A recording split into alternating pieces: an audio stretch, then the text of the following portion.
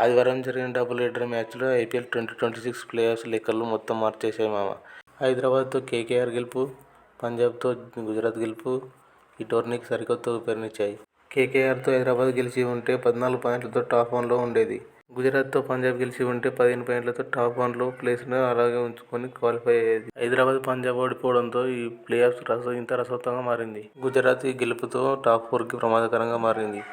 ఏదేమైనా టోర్నీ సగం మ్యాచ్లు పూర్తయ్యాక పాయింట్స్ టేబుల్లో సెగలు పడుతున్నాయి. ఇప్పుడు గుజరాత్ టీం 12 పాయింట్లతో టాప్లో ఉన్న బెంగళూరు, రాజస్థాన్, హైదరాబాద్ టీంలకు గట్టి పోటీనిస్తుంది.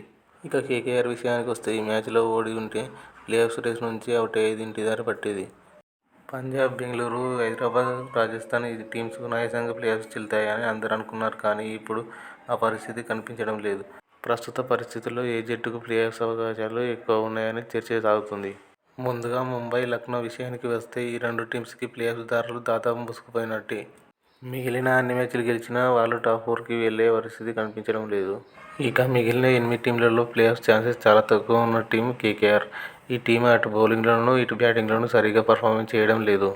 ప్రస్తుతం ఉన్న పరిస్థితుల్లో కేకేఆర్ టీం ప్లేఆఫ్స్ వెళ్లడం చాలా కష్టం. ఇక మిగిలిన టీమ్స్ ఢిల్లీ, చెన్నై ఈ రెండు టీమ్స్ మిగిలిన అన్ని మ్యాచ్లలో గెలిస్తే ప్లేఆఫ్స్ వెళ్లే ఛాన్స్ ఉంది. ఈ రెండు టీమ్స్ కూడా ఇప్పుడు గాడిలో పడ్డాయి. కాబట్టి ఈ రెండు టీమ్స్లలో ఏదో ఒకటి ప్లేఆఫ్స్కి వెళ్లి ఏదో ఒక టీంకి సర్ప్రైజ్ షాక్ ఇచ్చే అవకాశం ఉంది. అయితే ప్రస్తుతం టాప్ 4లో ఉన్న టీమ్స్కి గుజరాత్ నిద్ర పట్టనివ్వడం లేదు. వాళ్ళ ఫామ్ చూస్తుంటే టాప్ 4లో ఉన్న ఏదో ఒక ప్లేస్కి అడుగు పెట్టేలా ఉన్నారు.